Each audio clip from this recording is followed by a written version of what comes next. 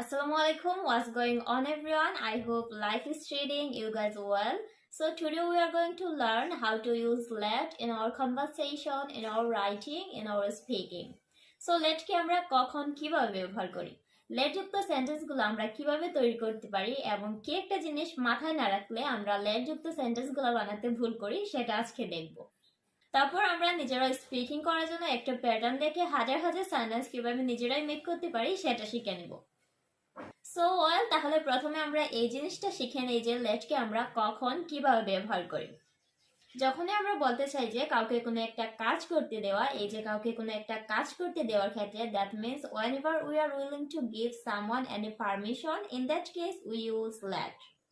কাউকে কোনো কিছু অনুমতি দেওয়ার ক্ষেত্রে, কোনো পারমিশন দেওয়ার ক্ষেত্রে আমরা কি ব্যবহার করি? let. সো let যুক্ত সেন্টেন্সগুলোকে আমরা কিভাবে মেক করতে পারি? স্ট্রাকচারটাও অনেক ইজি। সো প্রথমে আমরা let বসাই, তারপর সাবজেক্ট বসাই and then V1, তারপর যদি কিছু থাকে, যদি এক্সটেনশন থাকে আমরা বসাবো, আর না থাকলে তো নাই। সো এটাই হচ্ছে আমাদের সেন্টেন্সের স্ট্রাকচার। এরপর আমাদের একটা জিনিস অবশ্যই মাথায় রাখতে হবে, যখনই আমরা কোনো সেন্টেন্স let দিয়ে শুরু করব বা এরকম কোনো সেন্টেন্স যে ক্ষেত্রে আমরা কাউকে কোনো কিছু পারমিশন দেওয়ার ক্ষেত্রে ব্যবহার করি, তখন অবশ্যই আমাদেরকে let এর পর যে সাবজেক্টিভ প্রনাউনগুলো আছে সেগুলোকে ব্যবহার না করে যে অবজেক্টিভ প্রনাউনগুলো আছে সেগুলোকে ব্যবহার করতে হবে। যেমন আমরা কখনোই বলবো না let he, let she, let we, let they, এটা কিন্তু একদমই ভুল হবে। আমাদেরকে সবসময় অবজেক্টিভ ফর্মগুলো ব্যবহার করতে হবে, যেমন let him, let her, let them, let us, এইভাবে। তাহলে আমরা সবসময় let এর পর এই সাবজেক্টিভ প্রনাউনগুলোকে ব্যবহার না করে অবজেক্টিভ প্রনাউনগুলোকে ব্যবহার করব। সো চলুন এখন আমরা দেখি এগুলা দিয়ে আমরা কিভাবে প্র্যাকটিস করতে পারি আমাদের স্পিকিংটা। সো আপনারাও আমার সাথে সাথে রিপিট করুন।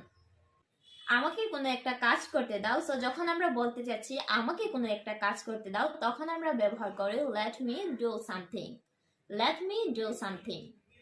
let me dash, এই ড্যাশের জায়গায় একটা B1 বসিয়ে দেব। তারপর যদি বলি তাকে কোনো একটা কাজ করতে দাও, let him or let her dash. এই ড্যাশের জায়গায় কিভাবে বসিয়ে বিভিন্ন কথা প্র্যাকটিস করা যায় সেটা আমরা একটু পরে দেখে নিচ্ছি। আমাদেরকে কোনো একটা কাজ করতে দাও, let us dash. তাদেরকে কোনো একটা কাজ করতে দাও, let them dash. অথবা অনেক সময় আমরা নাম দিয়েও বলতে পারি, রাকিবকে কোনো একটা কাজ করতে দাও, সাকিবকে কোনো একটা কাজ করতে দাও, তাকে পড়তে দাও, তাকে যেতে দাও, তাকে ঘুমোতে দাও। সো যখন আমরা নাম দিয়ে বলি তখন আমরা সেই নামটাকে জাস্ট বসিয়ে দেব, যেমন let, তারপর সেই নেম ড্যাশ। ঠিক আছে, এবার চলুন আমরা বিভিন্ন কথা দিয়ে প্র্যাকটিস করি। যেমন আমাকে যেতে দাও, let me go. তাকে যেতে দাও, let him go or let her go. আমাদেরকে যেতে দাও, let us go. তাদেরকে যেতে দাও, let them go. এরপর যে কোনো একটা নাম, যেমন নুমানকে যেতে দাও, let নুমান go. যদি আমি বলি যে আমাকে ঘুমাতে দাও, তখন আমি কি বলবো? let me sleep. তাকে ঘুমাতে দাও, let him sleep. তাদেরকে ঘুমাতে দাও, let them sleep. আমাকে একটা মুভি দেখতে দাও, let me watch a movie. তাকে একটা মুভি দেখতে দাও, let him watch a movie or let her watch a movie. আমাদেরকে একটা মুভি দেখতে দাও, let us watch a movie. তাদেরকে একটা মুভি দেখতে দাও, let them watch a movie. এবং সিমিলারলি রাজকে একটা মুভি দেখতে দাও, let Raj watch a movie. এরকম করে কিন্তু আমরা যে কোনো কথাই বলতে পারি। যেমন আমাকে বাহিরে যেতে দাও, let me go outside. তাকে বাহিরে যেতে দাও, let him go outside or let her go outside. তাদেরকে বাহিরে যেতে দাও, let them go outside. আমাদেরকে বাহিরে যেতে দাও, let us go outside.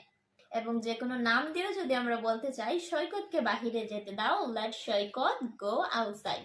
So এভাবে করে কিন্তু আমরা যে জিনিসটার কথা বলতে চাই, যে কাজটার কথা বলতে চাচ্ছি, সেটাকে জাস্ট সেন্টেন্সের শেষে B1 ফর্মে বসিয়ে দেব।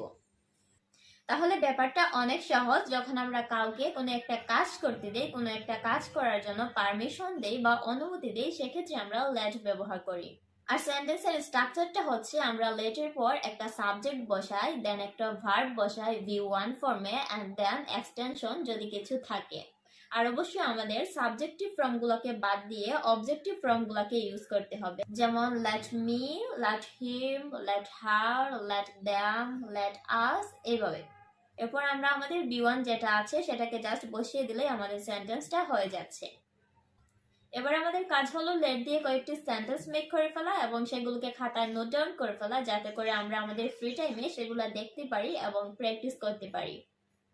Remember one thing, and that is practicing is a really important thing for spoken English.